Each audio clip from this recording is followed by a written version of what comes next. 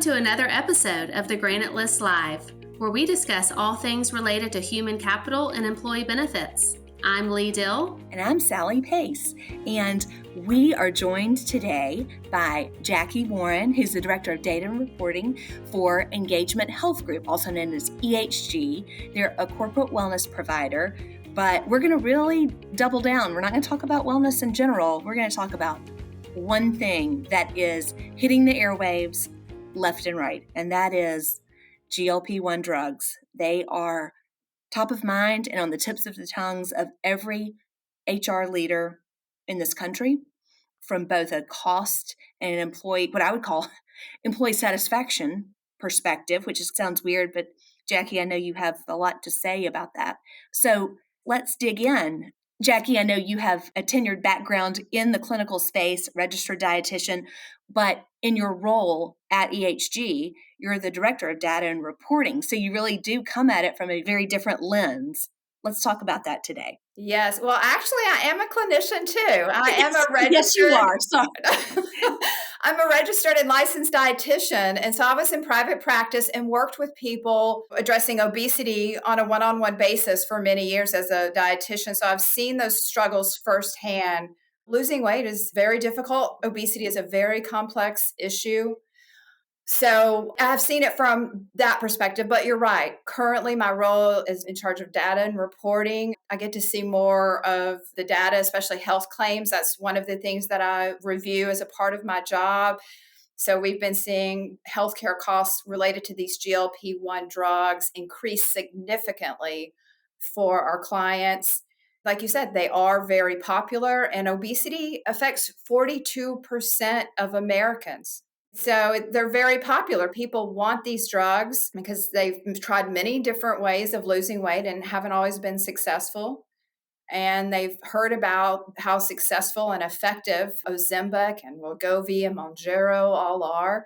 You can lose up to 15-20% of your weight with these injections. And they've become very popular because of the influence of social media and influencers. Everybody knows Oprah Winfrey is taking Ozempic now. So everybody else wants it, but they're also very expensive. The cost of these drugs about $1,000 a month. And that's not really sustainable long-term to an employer that's offering this medication. It sometimes feels like we in the benefits space are saying, no, you can't have it. No, you can't take it at all. But is it a no, a hard no across the board, or are there specific groups of individuals who do benefit from these drugs? They're not suitable for the entire population. We just covered that, but is it working for some? Absolutely. They're very effective for diabetics. GLP-1 drugs have actually been around for about 15 years, and they've evolved over that time, but they're very effective, not just for helping diabetics control their blood sugar, helping them lose weight, but they're also starting to see that these drugs help reduce inflammation, reduce cardiovascular events. So it's very promising. The issue is the cost of them. And also, we really don't know what the long-term side effects are either. So that's another area where we need to be cautious.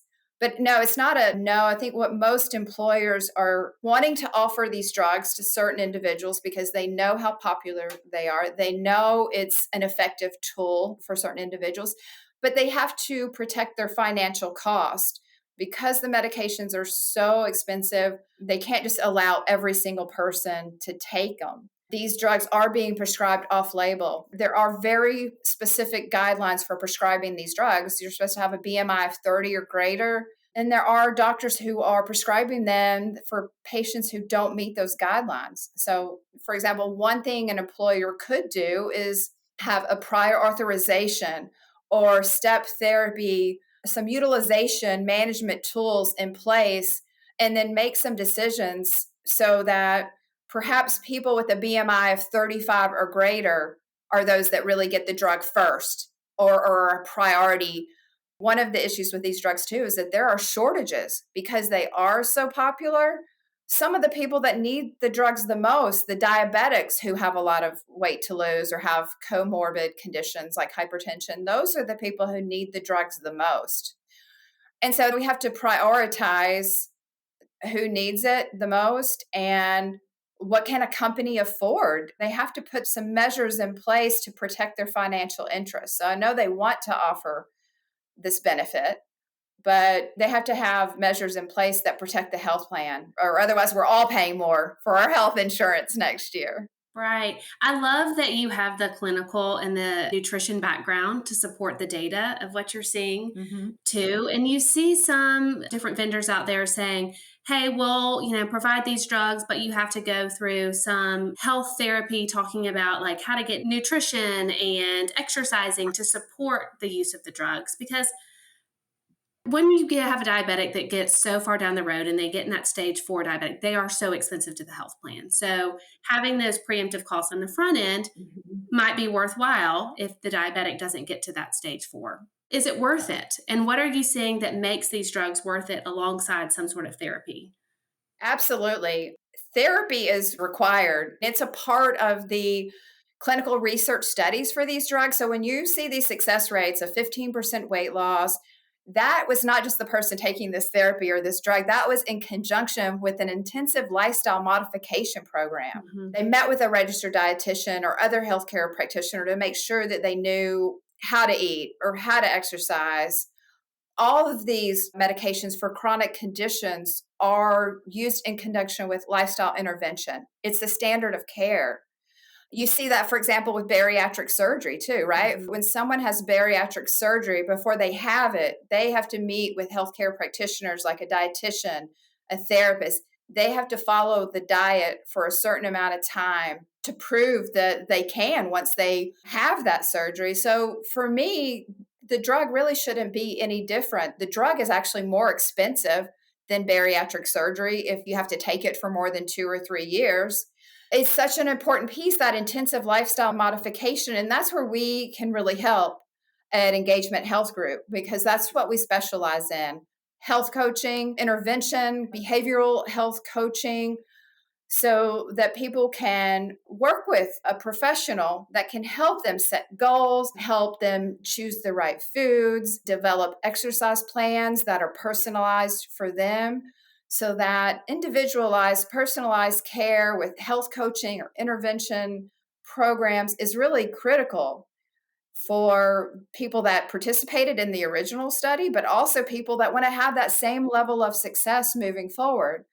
So, what we see employers doing that use these drugs is require that they have to participate in these programs too. They have to meet one on one with a health coach or registered dietitian so that they're really getting the help that they need to make those lifestyle changes. This is a tool, this is not a cure for obesity. This is a tool to help people make those lifestyle changes that they need to make so that hopefully they can get off these drugs eventually and then sustain that weight loss long term. How long do you see to being on the drug as beneficial? Like there's an up curve and then it's got to stabilize at some point. So, what does that timeline look like? So, right now, they're saying that this is potentially a long term drug that someone would have to stay on for the rest of their life. I mean, that is especially true maybe for a diabetic. Honestly, they really don't know what the long term effects are or how long someone may need to stay on the drug. I will tell you that one of the issues with the drug, and one of the reasons why employers are putting some controls in place, is that 68% of all people who start taking this drug stop taking it within a year because it's got some side effects that are very undesirable. It makes you nauseous. You can have other GI distress. If you overeat, it could really be an uncomfortable situation. So, a lot of people aren't able to deal with those side effects and they stop taking the medication after less than a year. Well, if they've taken it for 9 months, there's $9,000 out the door when they didn't necessarily get the results that they were looking for.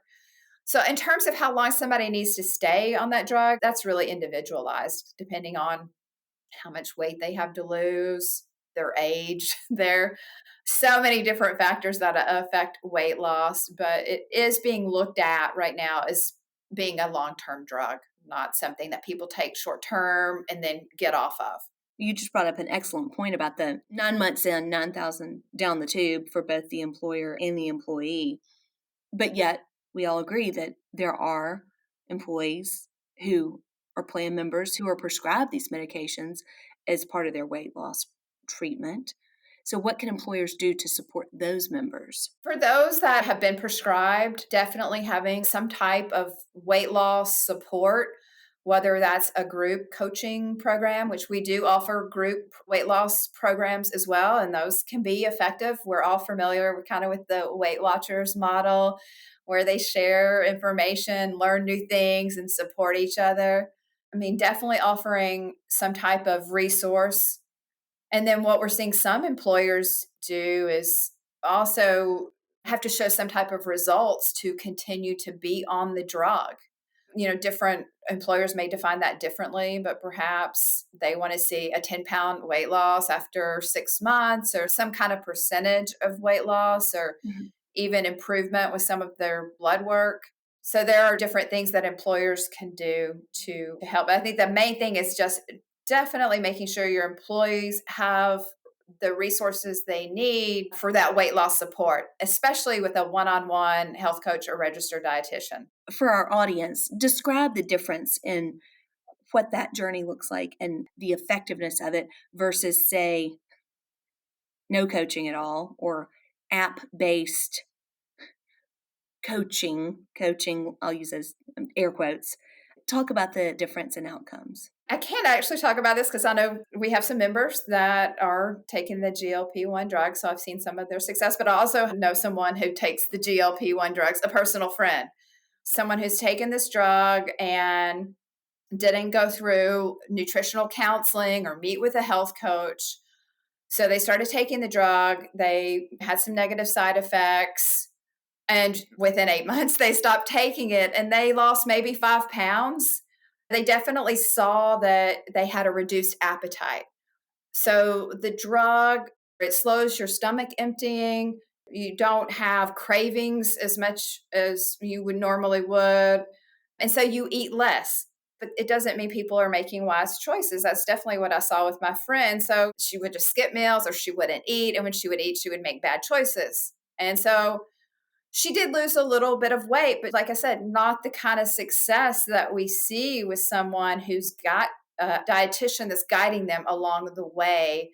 So, someone that is part of a structured, comprehensive program with a health coach or registered dietitian would meet with them to kind of review, like, how are you currently eating? How can we start making some small changes to help you eat healthier, not just less volume or less calories, but really eating healthier, making sure they're meeting all of their nutrient needs, figuring out an exact personalized exercise program for them. Even as a dietitian, I spend a lot of time working with people like, how can we include more activity throughout your day? Because it's such an important piece of weight loss. Now, diet is 75-80% of weight loss, but exercise is very important too. So someone that's got a comprehensive plan, meeting with a healthcare professional is just more likely to be successful, have small successes, learn how to do things that are sustainable to help that weight loss long term.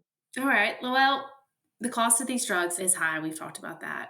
What are some potential savings that a company can see that are hard dollars? Reduced absenteeism or increased productivity? What else are you seeing that it's hard to put a dollar sign on that's a value add for these drugs? Patient satisfaction or employee satisfaction, right? I mean, people are happy if they can get a drug that helps them lose weight. I mean, people really want to lose weight. A lot of it's for vanity reasons, right? We all want to look good.